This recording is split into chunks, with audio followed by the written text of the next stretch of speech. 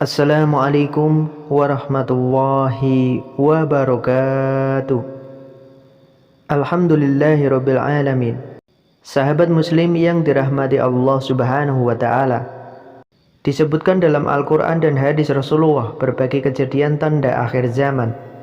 Tanda-tanda ini dapat dibagi menjadi dua bagian, yakni kiamat kecil atau kiamat sugro dan kiamat besar atau kiamat kubro. Tanda kiamat kecil seperti bencana alam, sedangkan tanda kiamat besar yaitu datangnya Dajjal, Imam Mahdi dan hingga kemudian Nabi Isa alaihissalam. Berikut adalah 12 kejadian di akhir zaman kiamat besar yang disebutkan oleh Nabi Muhammad SAW. Pertama, amblesnya bumi di belahan timur. Yang kedua, longsor bumi di belahan barat wilayah Afrika dan seterusnya. Yang ketiga, amblesnya bumi di Jazirah Arab. Artinya longsor yang besar, yang sangat sulit lagi untuk ditimbun atau tidak bisa diperbaiki. Jika di situ ada kampung, ada kota, pasti hancur. 3 sekaligus terjadi longsor di titik yang berbeda, secara waktu atau dalam waktu yang bersamaan. Ini sudah langsung 3 tanda-tanda kiamat. Jadi pada saat terjadi di timur itu tanda-tandanya kiamat besar 1, terjadi di barat tanda-tanda kiamat besar kedua, terjadi di Jazirah Arab tanda-tanda kiamat besar 3. Yang keempat, kabut yang menutupi bumi. Kemudian ada Dajjal. Jadi kabut itu dihitung dalam hadis ini keempat. Yang kelima, munculnya Dajjal ke bumi. Yang keenam, adanya binatang melata. Yang ketujuh, keluarnya Ya'juj dan Ma'juj. Yang kedelapan, matahari terbit dari tempat terbenamnya. Yang kesembilan, keluarnya api dari perut kota Aden yang menghalau manusia. Sulit manusia tidak bisa melampaui Jazirah Arab. Kemudian yang ke-10, turunnya Isa putra Maryam atau Nabi Isa alaihissalam. Yang ke-11, orang-orang Zuz Suwaiko yang akan menghancurkan Ka'bah. Yang ke-12, orang yang terakhir meninggal itu adalah orang asli dari suku Madinah yang sedang menggembala kambing. Tentu hadis ini disebutkan dan disepakati oleh para ulama sifatnya teracak, karena cukup banyak dalil-dalil yang lain yang mengurut kejadian ini. Urutan pertama dari 10 ini adalah keluarnya Dajjal. Dajjal diambil dari kata-kata Dajjalu, yang artinya kacau atau kekacauan. Ciri-ciri Dajjal juga disebutkan dalam banyak hadis sahih, yaitu mata kanannya yang paling pertama rusak seperti anggur kering. Nabi Muhammad SAW menyebutkan dalam hadis sahih bahwa ketahuilah Dajjal buta mata kanannya, dan Tuhan kalian tidak buta karena dia akan mengaku sebagai Tuhan. Dajjal memiliki kulit yang kehitam-hitaman serta memiliki dahi yang lebar. Setiap orang beriman bisa membaca di dahinya tertulis 3 huruf, yakni Kaf, Fa, Ro. Semua orang yang mengerti atau tidak mengerti tulisan Arab akan bisa tahu dan membaca Kaf, Fa, Ro atau kufur. Dajjal memiliki rambut keriting, tubuh tinggi besar. Nabi Muhammad SAW berkata, saat kalian dan Dajjal keluar di satu lokasi maka menghindarilah, walaupun kalian harus lari ke atas gunung. Dajjal akan keluar membuat kerusakan selama 40 hari. Dalam 40 hari itu, 1 hari seperti setahun, 1 hari yang kedua seperti sebulan, dan hari yang ketiga seperti sepekan, dan kemudian sisa harinya seperti hari kalian. Dajjal akan berkeliling muka bumi. Seluruh bumi ini akan dimasuki oleh Dajjal, tidak tertinggal satu lorong pun. Jangankan kota atau desa, Dajjal akan masuk ke dalam kecuali Madinah dan Mekah. Tidak bisa dimasuki oleh Dajjal.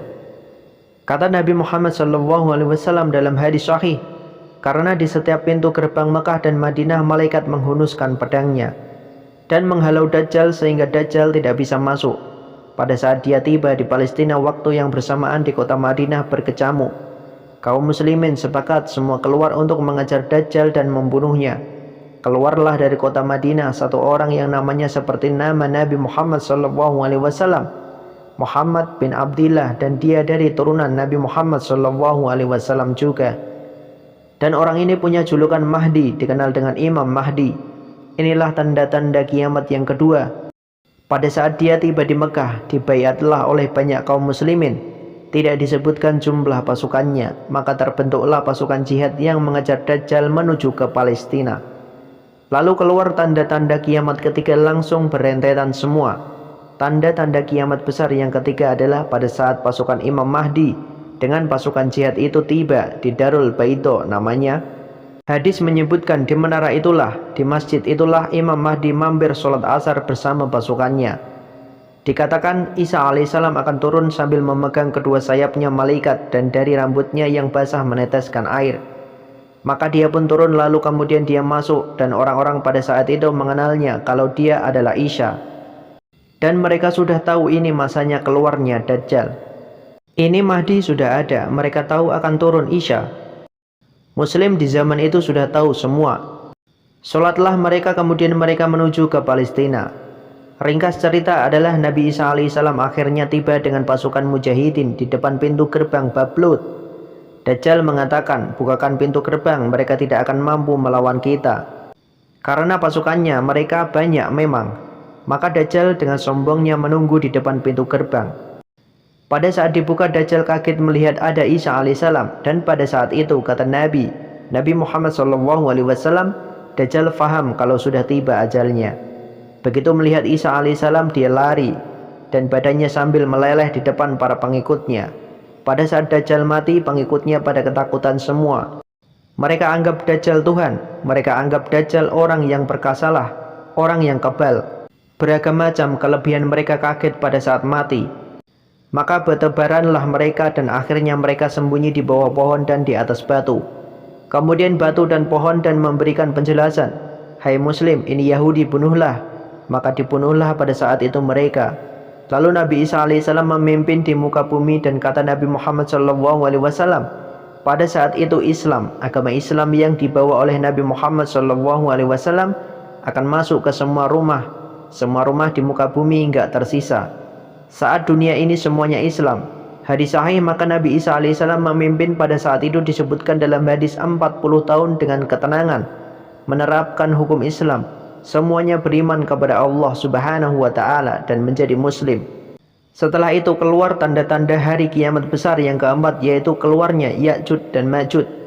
Nabi Muhammad SAW sebutkan ciri-ciri mereka. Mata mereka sobekannya kecil, sehingga mata mereka kelihatan seperti sipit, tapi bola matanya besar. Mereka memiliki rambut yang keriting, dan mereka memiliki postur yang umumnya seperti postur manusia. Ada hadis yang berbunyi mereka akan mendatangi sebuah sungai, kalau tidak salah namanya Sungai Tiberia. Airnya banyak mengalir. Kata Nabi Muhammad SAW, mereka semua minum air sungai itu, dan yang terakhir dari mereka datang sudah enggak dapat air. Artinya air sungainya habis diminum. Bayangin berapa banyak jumlahnya. Pada saat itu Nabi Muhammad SAW mengatakan, Allah berfirman kepada Isa, berkata, wahai Isa, aku akan mengeluarkan hamba-hambaku yang tidak ada seorang pun dari kalian bisa mengalahkannya, termasuk Isa alaihissalam, enggak bisa mengalahkan. Maka selamatkanlah dirimu bersama dengan pengikut-pengikutmu ke Gunung Tur namanya. Jadi memang Ya'jud dan Ma'jud ini ciri khasnya. Kata Nabi Muhammad SAW, mereka makan apa saja, jadi bukan seperti manusia normalnya. Mereka membunuh semua yang bukan seperti mereka, sampai-sampai kata Nabi Muhammad SAW, tidak ada yang bisa mengalahkan mereka dan jumlah mereka sangat banyak. Salah seorang di antara mereka tahu dia akan mati kalau sudah punya 1000 anak. Kata Nabi Muhammad SAW dalam hadis Bukhari, kecelakaanlah bagi orang-orang yang ada di Jazirah Arab. Kemungkinan besar makna ini adalah tempat mereka dekat dengan Jazirah Arab. Kata Nabi Muhammad SAW, kecelakaanlah bagi orang-orang yang di Jazirah Arab, karena telah terbuka dari lubangnya Ya'jud dan Ma'jud sebesar ini. Beliau kasih isyarat dengan ibu jari sama jari tengahnya. Artinya mereka sudah bisa melihat keluar. Pada saat mereka keluar, maka mereka akan memulai membuat kerusakan. Kata Nabi Muhammad SAW di dalam hadis sahih riwayat Imam Bukhari bahwasannya Ya'jud dan Ma'jud akan membunuh siapapun yang mereka temui. Bahkan pada saat mereka sudah merasa menguasai bumi, mereka melepaskan anak-anak panah mereka ke langit. Lalu Allah menurunkan anak-anak panah mereka sebagai fitnah dipenuhi dengan darah. Maka mereka berkata, kami telah membunuh semua yang ada di bumi dan semua yang ada di langit. Kata Nabi Muhammad SAW, Allah lalu mengizinkan Isa untuk berdoa kepada Allah agar memusnahkan mereka. Maka Isa alaihissalam pun akhirnya berdoa meminta kepada Allah Subhanahu wa Ta'ala agar mereka semua dimusnahkan. Maka pada saat itulah Allah Subhanahu wa taala menurunkan kepada mereka hama. Sebagian hadis menyebutkan serangga kecil seperti cacing, banyak sekali yang menimpa tubuh-tubuh mereka. Setiap orang satu dan itu membuat mereka mati. Kemudian setelah itu Isa alaihissalam memimpin lagi di muka bumi sampai beliau meninggal. Kembali lagi sebagian besar manusia berbuat kekufuran, maka Allah Subhanahu wa taala keluarkan tanda-tanda kiamat besar yang kelima. Yang kelima ini adalah keluarnya hewan atau binatang melata. Ini disebutkan dalam hadis yang sahih riwayat Bukhari, bahwasannya Allah Subhanahu wa taala akan keluarkan, tapi disebutkan dari bumi mana dia keluarkan. Dia akan keluar hewan melata yang bisa berbicara seperti manusia dan badannya dipenuhi dengan bulu. Allahu a'lam. Kemudian dia datangi orang-orang yang kufur tersebut dan menasihati dan mengingatkan mereka. Yang tidak mau beriman dalam hadis dikatakan dicap oleh hewan tersebut. Allahu a'lam. Dicap seperti apa sehingga ketahuan mana yang kafir, mana yang beriman. Terus dia keliling di muka bumi tapi tidak disebutkan berapa lama. Lalu kemudian Allah lenyapkan si dabbah ini. Kemudian tanda-tanda kiamat yang keenam. Tanda-tanda kiamat yang keenam, 7, 8 itu berentetan semua. Longsor besar di timur, di barat dan jazirah Arab. Ini tanda-tanda kiamat terjadi serentak. Sudah 8, kemudian terjadi yang ke-9, keluarnya api dari negeri atau dari kota Aden. Kota Aden ini di Yaman. Tentu hadis menjelaskan tentang masalah api yang keluar ini, artinya api bukan main-main ini. Bukan kebakaran sebuah masjid atau sebuah bangunan 10 tingkat. Api ini bisa menghalau manusia untuk jalan karena panasnya. Sebagian riwayat menjelaskan api tersebut akan berdiri seperti gunung yang besar dan dari seluruh pelosok dunia bisa kelihatan. Kita bisa bayangkan bagaimana itu yang akhirnya akan menggiring atau menghalangi orang-orang untuk jalan. Sebagian ulama hadis mengatakan mereka nggak bisa jalan, tidak bisa ada penerbangan, tidak bisa ada orang jalan karena panasnya bumi ini dari api tersebut. Dan itu memang kemungkinan besar akan keluar suatu waktu. Allahu a'lam. Dan yang terakhir tanda-tanda kiamat sebelum ditiup sangkakala adalah terbitnya matahari dari tempat terbenamnya, dan ini sudah terakhir sekali. Makanya kata Nabi Muhammad SAW, taubat akan diterima sebelum matahari terbit dari tempat terbenamnya. Artinya selama yang lain itu masih ada, masih bisa taubat. Kalau sudah itu sudah sulit. Ini tanda-tanda kiamat. Sebagian ulama memasukkan tanda-tanda hari kiamat kecil, ada yang masuknya tanda-tanda kiamat besar. Ada 2 hal. Yang pertama itu adalah keluarnya Zuswaikatain. Ada orang dari negeri Habasyah dikenal dengan Zuswaiko. Zuswaiko ini artinya betis, diberikan julukan Zuswaiko karena betisnya sangat kecil. Orang ini kata Nabi Muhammad SAW akan menghancurkan Ka'bah. Dan kata para ulama pada saat itu memang manusia sudah sunyi, nggak ada lagi yang datangi Ka'bah. Orang-orang sudah lalai.